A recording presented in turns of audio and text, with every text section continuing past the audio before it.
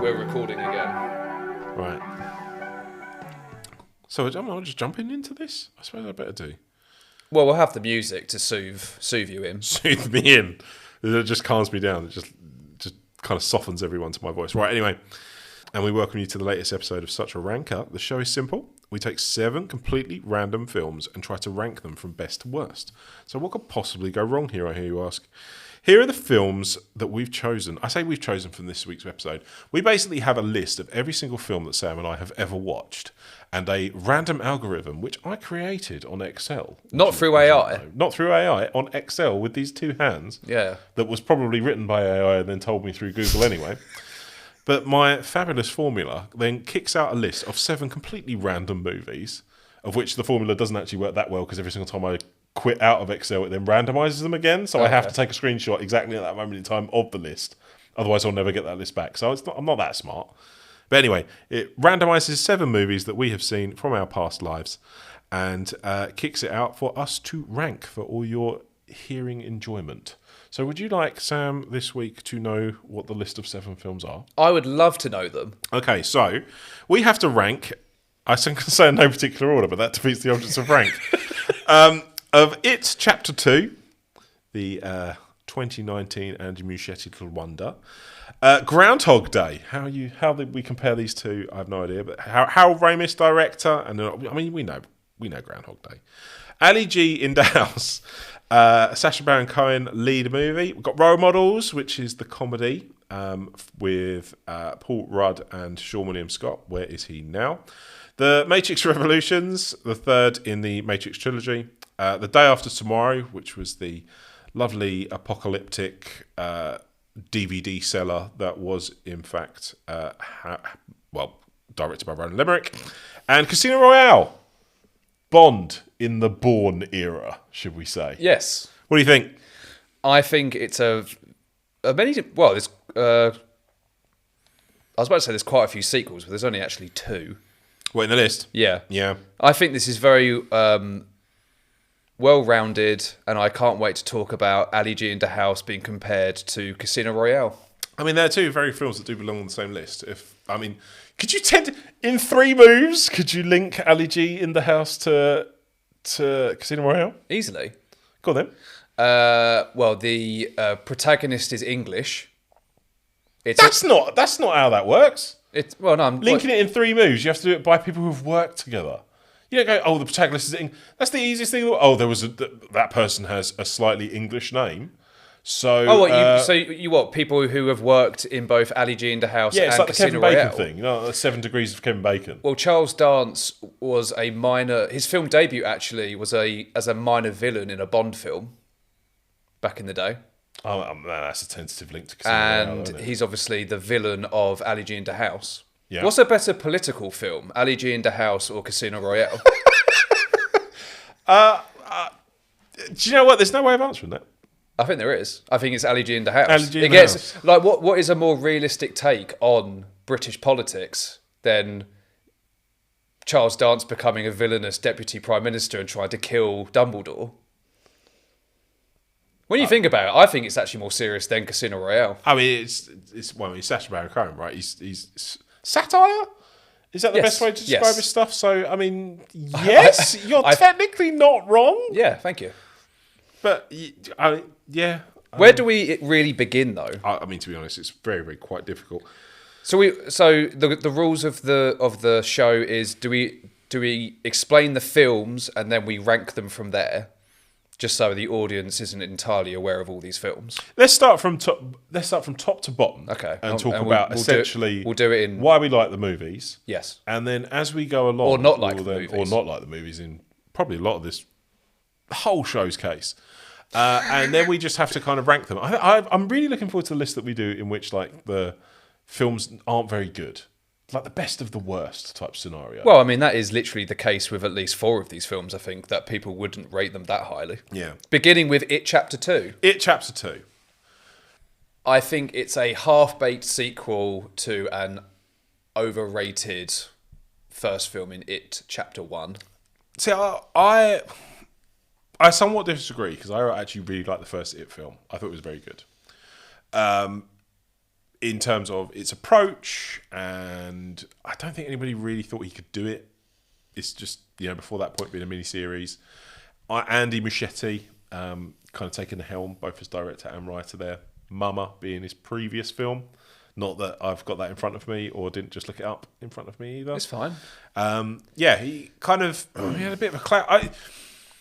Stephen King movies as a whole are really interesting because they're a really good way for new filmmakers to kind of cut their teeth in the industry, right? So if you've got Andy Muschietti, did Mumba beforehand, takes on It, does a really good job with it. Same thing's happening with like Mike Flanagan, right? Like his first stuff that he was doing for Netflix were along the lines of I can't remember. Gerald's now. It must be Gerald's Game, yeah. He had, I think it was Hush before that point. I think he'd done, which is his own thing. But again, platform, which he takes on a Stephen King film, does really well out of it.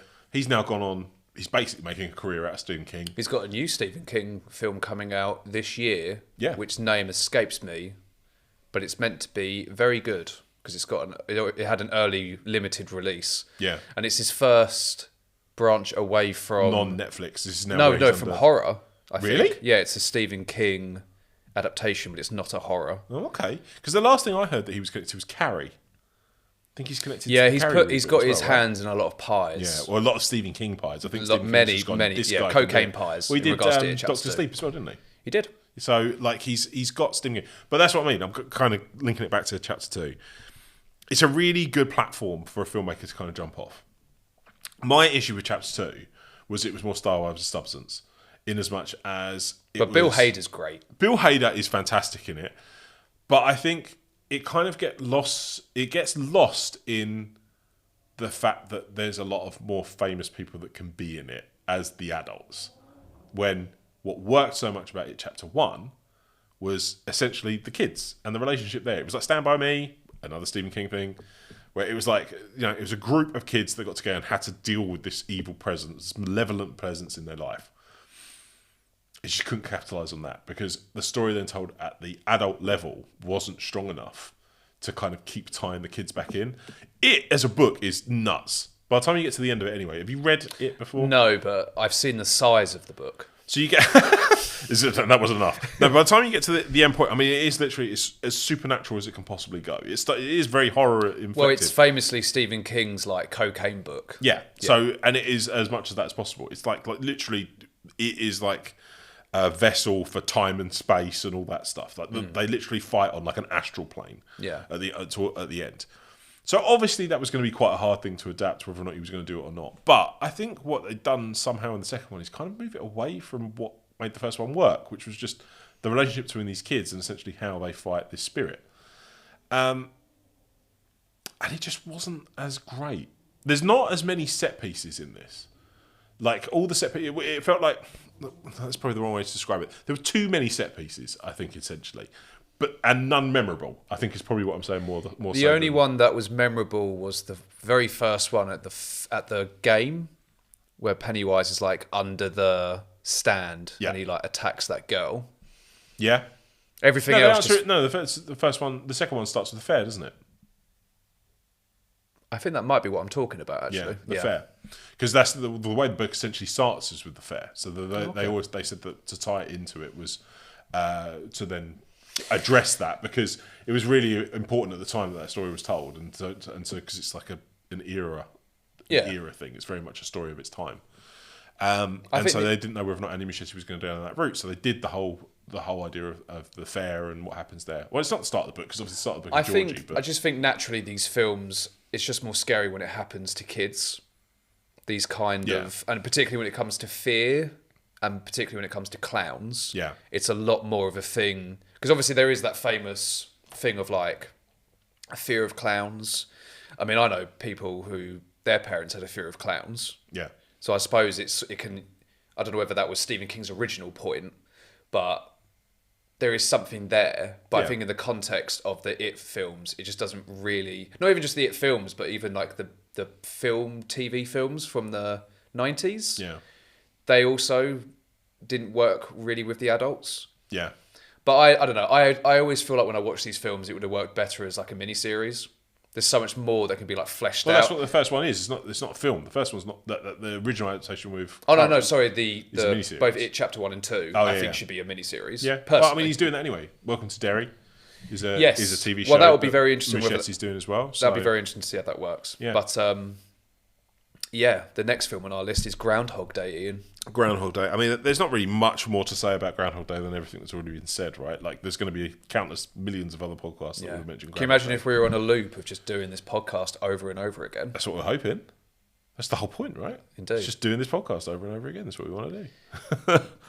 but But is it famous collaboration? Harold Ramis and Bill Murray. is it the most famous Bill Murray film? Oh, that's a good question.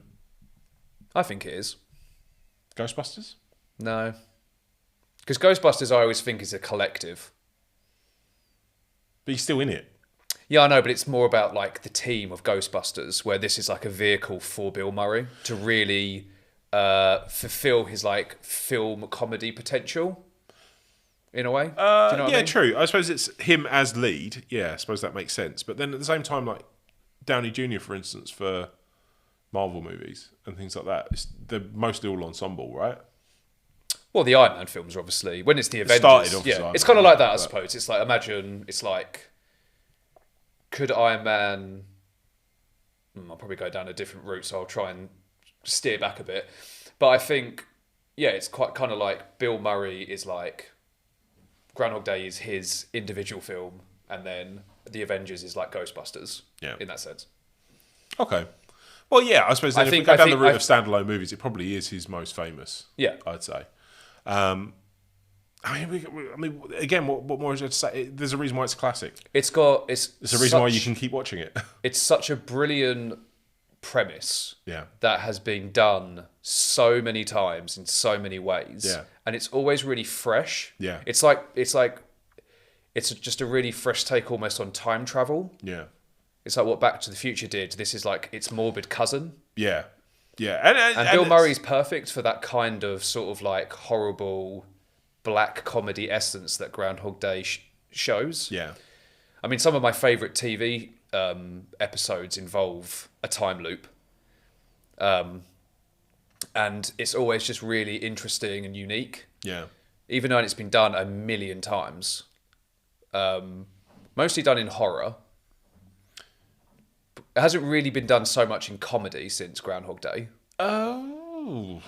No, it's more of a horror thing than anything else. I mean, speaking of horror films and that, you see Happy Death Day? Or Happy Death Day. That's the recent ones, isn't That's it? one of the most recent ones. There's been a sequel and stuff made from it. But I mean, that is an example of a movie that is kind of uses that trope and to success. Yeah. Like, it's a very good interpretation of essentially what is essentially Groundhog Day. Comedy's very hard to do anyway. And to do it within the framework of a Groundhog Day, it kind of feels like a match made in heaven. Yeah. Like, it feels like there's a lot of potential there, which makes Bill Murray perfect for that role because there's also he's the everyman. He's the guy that looks at most scenarios and just goes, are we doing this? You know, it's what he's kind of best known for. So that coming together of, I suppose, the content, that type of... We don't use that whatever it word is, on these content. podcasts. We don't use that at all, no. But like that idea of like the script and the story mixed with Bill Murray, I think was kind of a recipe for good. Yeah. Do you think this is like his... Because he's done, in my opinion, like 3... almost bordering on like masterpieces in like Ghostbusters, Groundhog Day, and then Lost in Translation. Yeah. And they're all very, very different, but they have Bill Murray not playing horribly different characters in all the films, but they somehow have their own thing anyway. Sort of this self-deprecating, sarcastic arsehole. I mean, that was kind of a lot of Bill Murray anyway, right? Yeah. I think it goes outside. It transcends just those 3 movies. Like that's kind of the through line of his career is that character. It's just whether or not they have a place in a lot of the films that he's in and how well they have it. Because Bill Murray's also known as being a bit of a scene stealer. Like a lot of stuff that he's in that people go, oh yeah, Zombieland. Like the bit with Bill Murray playing that character is fantastic. Like it's one of the best scenes in that film. Garfield is a really bad film, to be fair. Garfield is a very Yeah. bad film. Yeah. But he also has come out and just like, I got a really good paycheck for that. So, Yeah. you know, Yeah, it do you paid know- for the lasagna. Do you know who else had a really good paycheck? Charles Dance. in Ali G in the House. Ali G in the House. He the must have got most paid politically driven film of all time. a fortune, particularly for the final scene where he's basically dressed as a woman and he has to like dance in front of Ali G because he's now become like his maid, which is never explained. Do you think? I mean, what we're going back to? What 2002? So I mean, you are kind of looking at Charles Dance pre a lot. This was even pre Charles Dance. What Underworld, right? This is the interesting thing with this film because every time I watch it, it's a crazy comedy. It's nuts. It's Sacha Baron Cohen's like first big famous character in Ali G. It's actually one of the first DVDs I ever owned. Is it? Yeah. Interesting. Yeah. But I don't know. I don't know. That's a moniker that he has on his mantelpiece. Of course it is. But like, yeah, But my takeaway from this film is just Charles Dance because he's so funny. yeah. The scene And where it's so out of character. the scene where he's talking to Parliament and he has to like read something Ali G has said, and he's like basically saying like, "Furthermore, I'm a bellend," and he says it so hilariously. It's one of my favourite comedy scenes ever, and the fact that it's Tywin Lannister from Game of Thrones is just like hilarious to me. Because Charles Dance has had a very interesting career. I don't want to turn this into a Charles Dance conversation, but I can't help myself. That should be a future podcast, though. The life and times of Charles Dance. He's such a brilliant actor, but I don't feel like he is as good, in my opinion, as like Ian McKellen and Patrick Stewart, Kenneth Branagh. These like iconic theatre savvy actors. But he doesn't really have that acclaim really at all. Like other than because Tywin Lannister is one of the best written characters in television of all time. Yeah. But he just doesn't have that like film moment still, I think. Which is strange because he's very similar to what I would say is almost like Kenneth Branagh, right? Kenneth Branagh is very much like, he never seems to take himself too seriously. And I think there's an element of that in Charles Dance. Yeah. I personally think that Charles Dance is a better actor than Kenneth Branagh. Yes, I adore him. Yeah. He's brilliant in everything he's in. But also at the same time, he's not afraid to take the piss out of But he just doesn't have that character. Yeah. Like when we think of Patrick Stewart, we think of Professor X and Jean-Luc Picard, Ian McKellen, Gandalf and Magneto. Charles Dance, Tywin Lannister in Game of Thrones, but it's still TV for a lot of people. Yeah. He just doesn't have that film moment. Yeah. And he's 78 now. Apart from the Prime Minister and Andrew in the House. Well, this is the thing. This is like the little like bits of potential that are there. Because if you would have said, even to this day, that he is the villain of Ali G in the House, they'd be like, Charles Dance? Yeah. Really? Because he's so funny in this film, and it's such like an interesting time in like British comedy, and there's a lot of film debuts in this film. I think Martin Freeman actually makes his film debut in this. Really? Yeah, I suppose as it'd be one just of his friends. before Shaun of the Dead, right? Well, I mean, he's barely in Shaun of the Dead. He's got Well, like that's film debut. He's got a It's little. He's got a tiny cameo. Which says a lot in He Ali literally G in doesn't the House. speak in Shaun of the Dead. Anyway, Yeah, but- Ali G in the House is just essentially Ali G. He's trying to save his centre in Staines, Yep. and he has to basically take this to the Prime Minister, and then he basically works his way up the British political hierarchy, which makes Charles Dance, or I can't even remember what his character's called, but he's the Deputy Prime Minister, and he's threatened by Ali G. And basically, their relationship is like the centrepiece of the film, and it's absolutely hilarious. I think this is going to be shockingly high up this ranking, isn't it? Well, I was born in 93, so this film came out when I was about 9, so it was like weirdly the perfect age for me. Yeah, I saw this at cinema.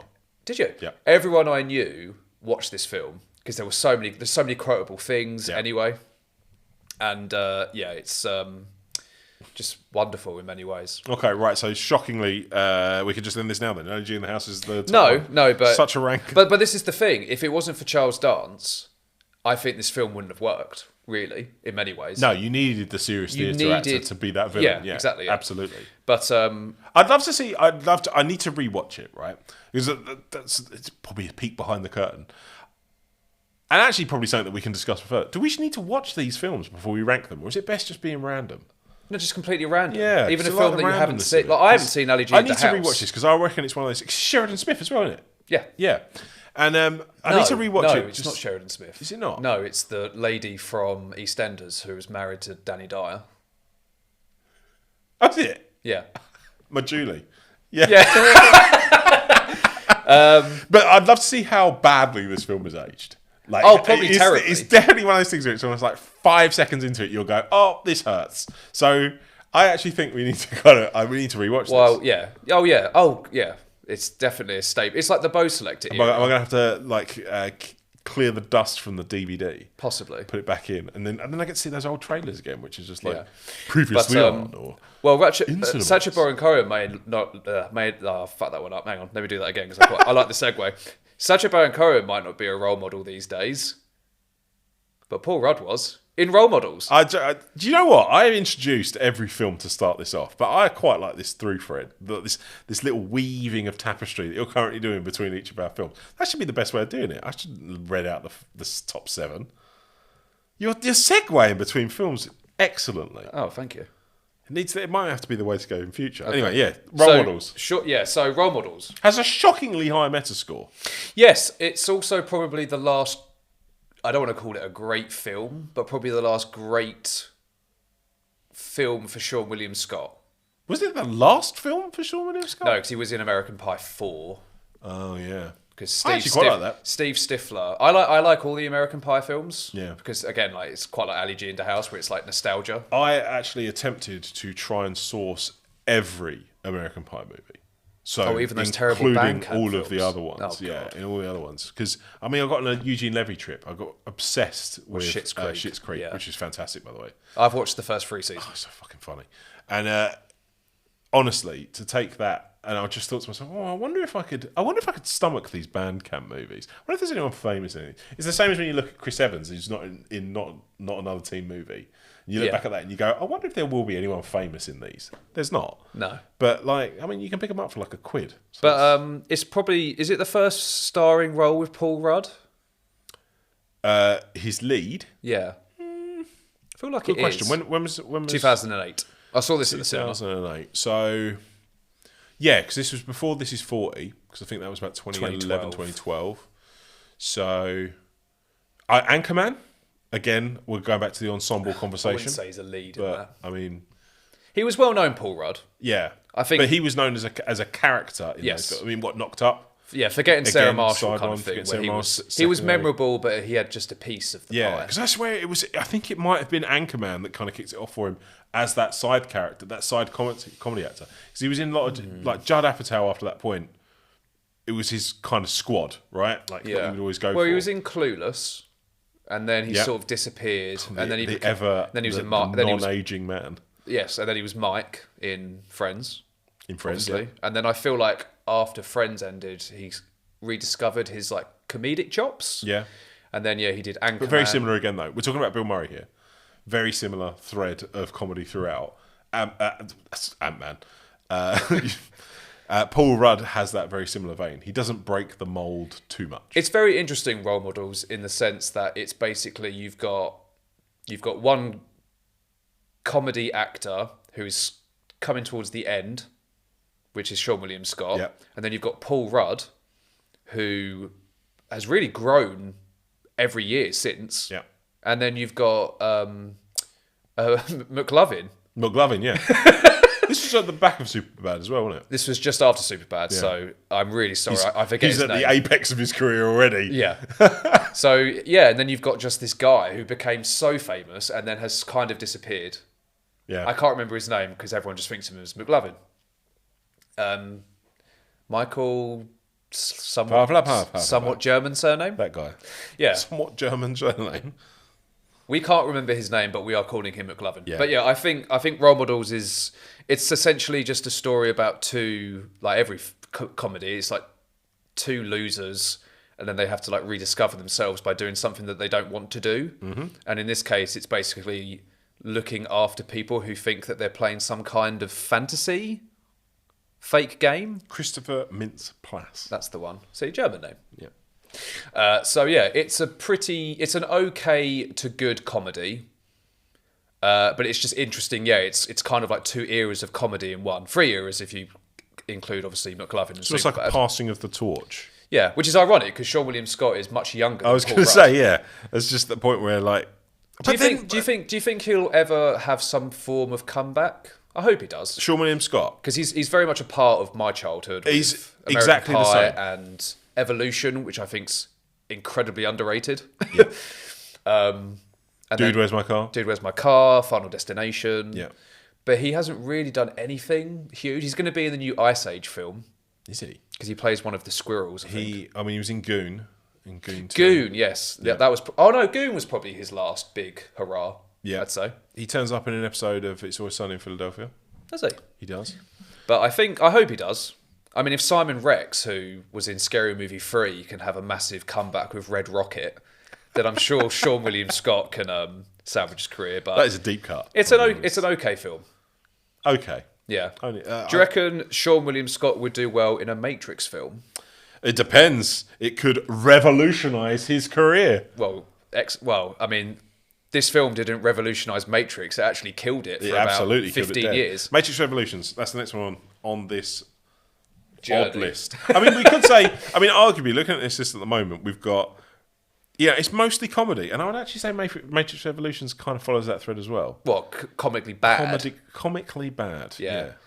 Is The Matrix one of the most flatlining, disappointing film trilogies of all time? So, Because this film it's a good bad. question. I like the second one. I like the second one a lot. I don't.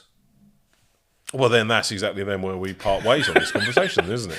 No, 'Cause I think it was think- let down by the weight of what it was trying to achieve. The second film just utterly squanders the potential of the first film, and then the third film just almost just has a laugh with it all.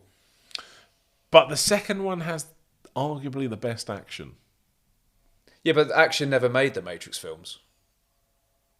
Depends what you're watching. The character development and the story enhance the action scenes of the first film. If a film has only action, then it's quite dull, in my opinion. I think it raised interesting talking points around the water cooler, should we say? It raises a lot of conversations that you and I can have on this couch right now. We could have hundreds of Matrix conversations. What it's trying to say, what it's trying to do, the philosophy behind it. The whole idea that sometimes you can write things and just go, it's how you want to interpret it, which is kind of what the think some Wachowskis films did. just didn't need a sequel. It didn't need a sequel. 100% didn't need a It sequel. didn't. And I think that's the thing. Imagine a sequel to like The Truman Show. I mean, It's a fairly similar premise. Yeah. A man is in a world, he doesn't know who he is, and then it turns out his whole world is fake. And then Yeah. at the end, he basically manages to escape from it. Yeah. No one was like, we need The Truman Show 2.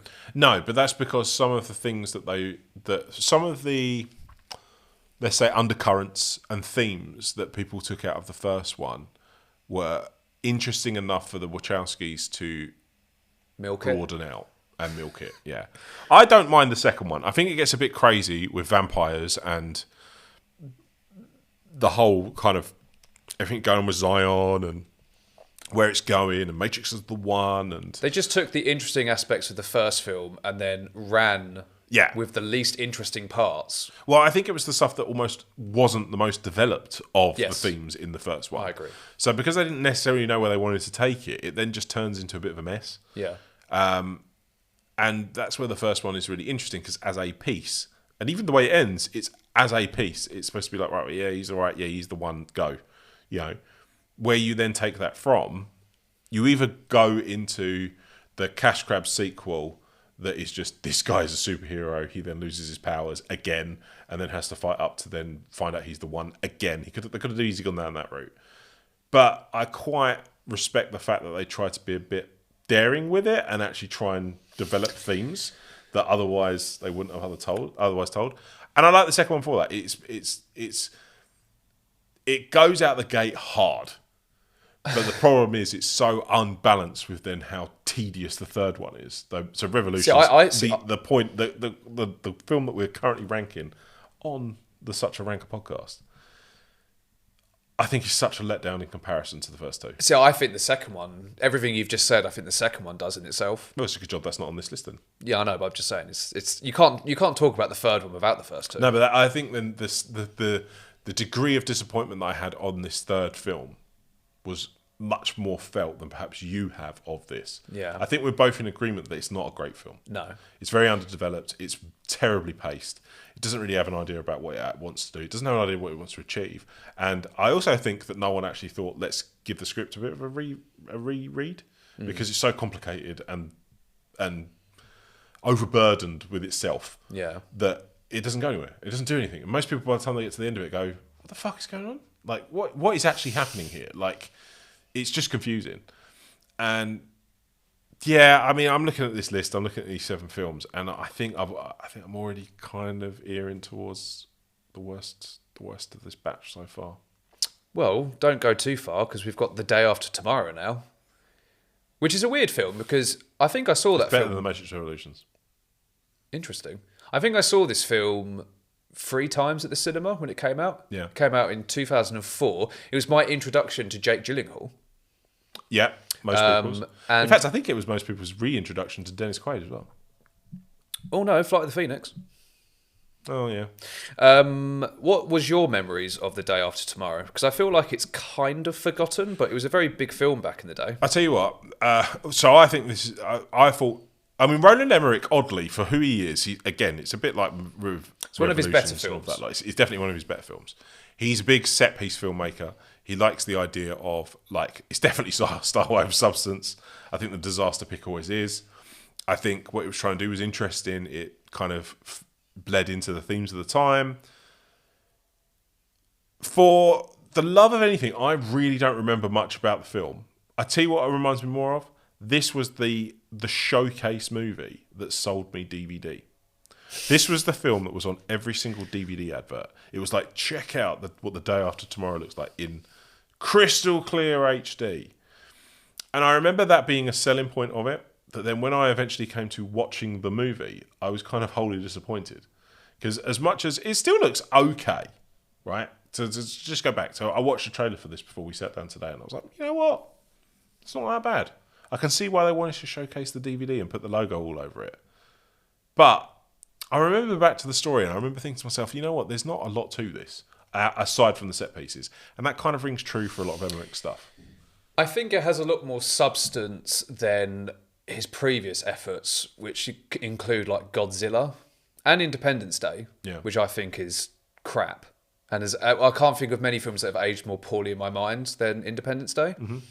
But this film, it has like a father and son dynamic. There is like some kind of heart to it, but it is a film that is sort of like saved by the special effects. Because I mean, I haven't seen it for a while, but it's like The Matrix 2 and it's fight scene. The scene where New York is engulfed in water was quite eye-opening back in the day. Oh yeah, and particularly when it froze. Yeah, like the whole freeze mechanic and it going from they basically take Central Station and I think it's the New York Library. Yes, and they just completely turn it on its head in terms of what they do. It's the epitome of what a disaster pick can do. I think the problem with disaster films though is they never really follow much logic, and this film is just like insane with its like stupidness, if that's a word. Yeah, because it's like basically like one half of America is like fine, and then the northern part is like completely screwed. So I think with a lot of people, they just focus on like the sheer stupidity of the film at times. Yeah, that's most disaster picks though, right? Yeah, no, but this is so like ridiculously illogical, which I think a lot of people at the time focused on, and that's why I think most of the reviews were quite sort of like harsh. Yeah, but it definitely has its moments. I definitely think it's one of Roland Emmerich's better films, along with God. I mean, Independence Day is. I mean, I know a lot of people like that film, and Stargate is obviously that's like a bright spot in my life, as it gave birth to Stargate SG-1, the greatest show ever made. Dear God. But it's not the worst film on this list, but I wouldn't say it's very high. Yeah. The next film though is probably on most people's number one, which is Casino Royale. I think it'll be vying. It's definitely going to be up there with Ali G, isn't it? Do you think? Yeah. Well, I have mixed feelings about Casino Royale. Of course you do. Because no, I am completely in the minority. Because for me, James Bond is like, I mean, Pierce Brosnan was my James Bond. I always think Bond should have an element of fun. Mm-hmm. And I saw Casino Royale with my nan, and I just thought this is just so sad and depressing, and Yeah. I can't really follow it.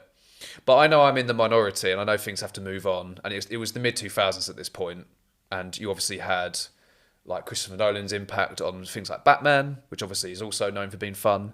So I understand it had to go in a different direction, but I've never loved it. I've never really loved any of Daniel Craig's Bond films, but I understand why people think this is the best one. I think you raise a good point there. I think it definitely because of obviously what Nolan was doing with Batman at the time, but I actually think it has more. There's more of an influence from what Bourne did. I subscribe to that more. Like, I think it's quite common, like conversations that people have, is that Bourne essentially birthed Bond. You know, it's Bourne's Bond type thing. Modern Bond. Exactly. And I think what they did with Jason Bourne was that they were able to show that kind of super spy kind of character with quite gritty storytelling and impactful action. And that had an imprint and an impact on then essentially where Casino Royale went. I'm a big fan of Casino Royale. I think it kind of... Daniel Craig's run is really interesting. It's intriguing. Because I think all the highs came with Casino Royale, and every subsequent film after that point was disappointing. I didn't like Skyfall. I thought it was the end of that film. I just couldn't get Home Alone out of my head. It was just Home Alone. It's just 100%. And I was like, well, no, this isn't interesting. I just think all the Daniel Craig films have a very strange approach when it comes to getting Bond to be emotional. And sometimes it kind of works, and sometimes it just takes me out the film. Yeah. I thought No Time to Die, I thought fell too much into cliche storytelling. Yes. I think they all do. I think Skyfall does that. Skyfall does. The thing that I've never quite understood about the whole of his run was Eva Green's character in it. Yeah. That's the thread throughout all of them. See, that's another problem really, I had. I never really understood why. Like, I thought it was it's an interesting way that if you're trying to give a darker, grittier take on a character, it's a really interesting way to start that. But you don't need to mention it in No Time to Die, which is what, 4 or 5 films on from that? Like, it's not... It gets to a point where, like, it's good to see that as your origin, Yes. but you don't need to...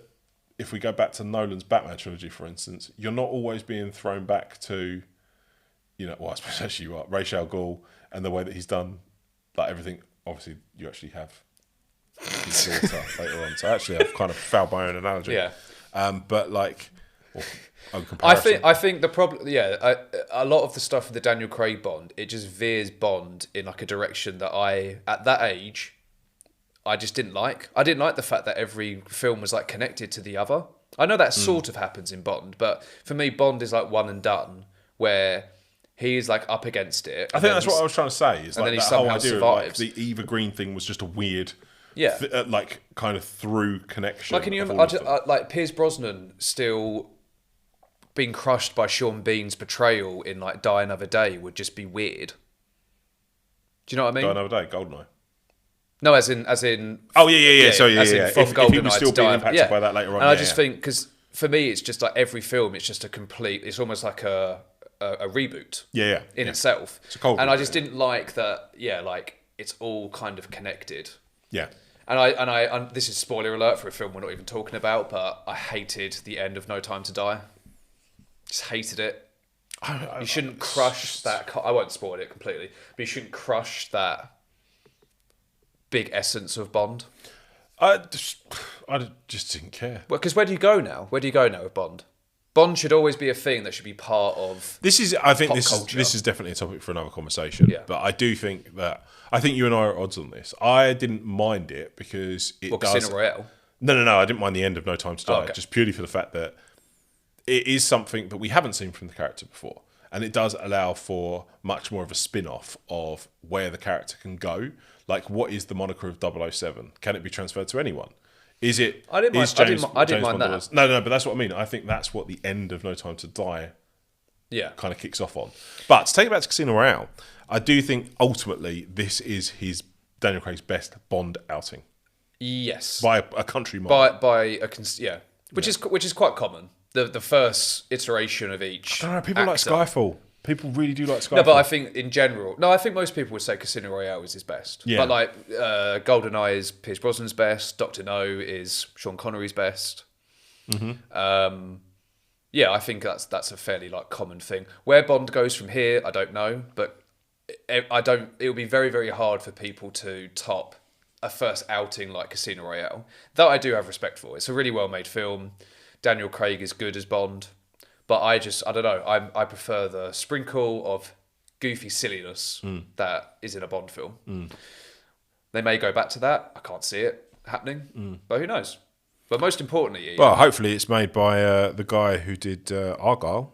Hopefully that's a good blueprint for where they're that's going a to story. take. That's a topic for another day. Yeah. But the most important thing is, what would you rather watch, Casino Royale or Ali G in the House? I think I've got to be completely honest. I think if we're going to rank this, let's actually look at this then. So based on everything that we've just discussed, Are we going to go from worst to best? let's go from worst. Let's go from worst to best. Okay, so for me, the worst film on this list is The Matrix Revolutions. I agree. Concur. It's a film that has almost no redeeming qualities. It basically rubber stamped one of the most disappointing, I don't know, I suppose an adaptation of a classic in its first film. Yeah, And it's just not interesting. that's fair. So that's that's my opinion on I'm going to Matrix say Revolutions. a close second to this is then I'm going to say Day After Tomorrow, because I think as disaster pick goes, it's okay. Well, the But I next think film. next one up. Yeah. Oh, I think this is a joint list. I think we've got to decide between us. We've got to make concessions. what you would say the second worst film is The Day After Tomorrow. I think so. Yeah. I'm actually going to put Role Models. You think The Day After Tomorrow is better than? I think I would rather watch The Day After Tomorrow than Role Models. This isn't a list of would you rather watch. It's a case of what's better. Oh, I still think Day After Tomorrow. I think it's got a lot more going for it. I mean, If you've got Well, more memory of these two films together, Role I'm happy to kind of go that way. like for me, Role Models.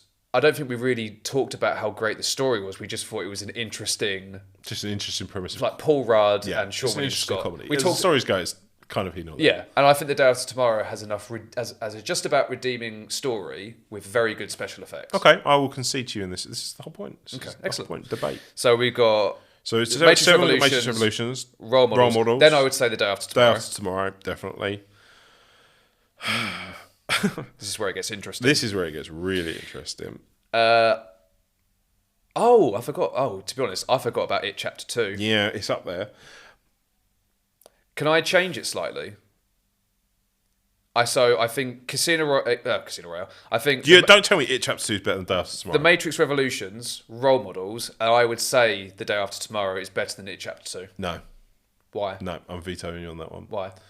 Because the set pieces and some of as much as there were too many set pieces in It Chapter 2, I still think there is more to take from It Chapter 2 than The Day After Tomorrow. Day After Tomorrow is at its heart a disaster movie, but it ain't Twister. Right? Twister is kind of, I think when you're looking at disaster picks and things like that, there are better Titanic. versions of it. Yeah, whatever. Like there's still going to Twister. be like, Twister's your go-to for a disaster film. I think because you're looking at like like a natural disaster. Yeah. Okay. So like apocalyptic type. I don't type know. movie and stuff An like iceberg is kind of a natural disaster. that. Yeah, but you can steer away from an iceberg. I will accept your reasons because I think It Chapter 2 is it's got like regardless of both films and how I feel about them, Bill Skarsgård is very Skarsgård's good. still great. I put that over the villain, which is essentially water. In The Day After Tomorrow. They got the creeping sense of Yeah. of So Matrix Revolutions, Role Models, The Day After Tomorrow, and then It Chapter 2. It Chapter 2. Okay. And then I think we're going to have to go Ali G in the house. I don't know. Ali G in the House, I would honestly rather watch over Casino Royale. Okay. No, you're wrong there. I think Ali G in the House is a much better villain arc than Mads Mikkelsen. Like, come on. I can't believe we're making this comparison. No, that's without a doubt. Like, What you're telling- because Ali G in the house, even as it stands, you're looking at that through nostalgic tinted glasses. Yeah, but as I said at the start of this podcast, what is actually a better political movie than between Ali G and Casino But Royale? this isn't a list about better political movies, is it? Yeah, but what works better in that essence? Well, then if we say an action film about a spy, which is better in that instance, then Casino Royale is better than Ali G in the House, isn't it? Well, there is a scene where they have to break into Charles Dance's mansion. Yeah. That involves spying. Oh, I mean, no, you've been vetoed on this one, mate. No, I would like to. I mean, I would like. The to real carry thing, on. though, the one thing that we were missing out of all of this, we are debating whether or not second and third places being taken up by Ali G in the House or Casino Royale. We're not even talking about Groundhog Day in this. Groundhog Day Day could be the third. What's that saying? It's a Windows update. Is we still recording? Yeah. Okay, that's fine. Yeah, Groundhog Day could be the third. Well, no, for me, Groundhog Day is better. So, Is the best. well, I don't want to go that far. So between Groundhog Day, we're saying that if Groundhog Day is better, Yeah. then we are saying that Groundhog Day is our top, and then the debate is between Ali G and then Casino Royale. So we are, by that logic, Casino Royale is top. Second and third then was what we're debating again now. No, Groundhog Day is top. Groundhog Day. With Okay, so we're saying Groundhog Day is the best. I think in this list, I do think that Groundhog Day is the best film on this list. I think that's got to take the top spot. But then we're going to take Ali G in the House or Casino Royale. I would say the general public would be with me and say with Ali G in the Sacha House? Baron Cohen is a much better Bond than Daniel Craig. I mean, you can say that. Even with all of the stuff He going on with infiltrates. Sacha Baron Cohen. He literally is basically bordering on Prime Minister by the end of the film, and is actually outdoing Tywin Lannister. Yeah, but And Daniel Craig gets doesn't he get his borderline Terminator. He gets his balls getting tortured by a Danish man. and makes a joke about it. Yeah, Not a lot of people get to do that. that's weird. No, not That's a a lot weird of thing. people can say. So that's the problem. I'm going into an Ali G film. It's exactly what I need. And in a James Bond film, I don't need to see his nuts getting tortured by a Danish man. But you walk out of... I think you get the same satisfaction from tickling the balls of Daniel Craig as you do from the Tickling one is or an two int- laughs is an that you might get interesting- from Ali G in the House. Interpretation of that scene. Wow. Well, I mean, I'm going Ali G into House. Okay. Right, well, thank you for taking part in the latest episode of Such a Ranker. It's actually the inaugural... Well, we haven't finished yet. What do you mean we haven't finished yet? Well, we haven't decided. Yes, we have. What did we do? Groundhog Day's one. Yeah, no, but we haven't picked the second and third. Oh, okay. I'm going to say Casino Royale second. Can I not convince you otherwise? No, not really, because I think But when Martin it Freeman's comes in it. down to it, Eva Green is in Casino Royale. And we all know how. Well, no, we don't know how you feel about Eva Green because we edited out that part. I will relent. vicious...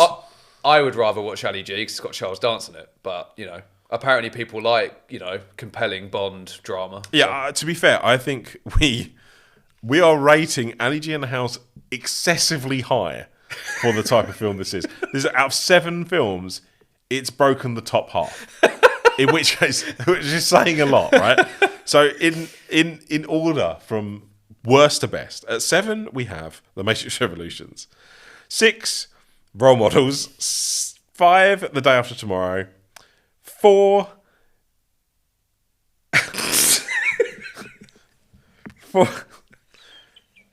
we actually put It Chapter 2 at 4. We have, haven't we? It Chapter 2 at 4, Ali G in the House at 3, Casino Royale at 2, and number 1, Groundhog Day.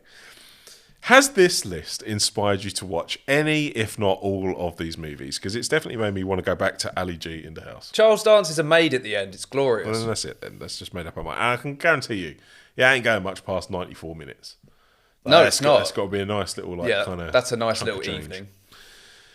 Okay, right. Well, should we wrap it up? Yes. Let's wrap it up. Thank you for taking part in the latest episode of Such a Ranker. The You've been debut fantastic. of The Such a debut. Ranker, yeah. Thank you for being such incredible listeners. Please let us know your thoughts in the comment section below. How do you rate our list? Would you do anything differently? We would love to hear your opinions.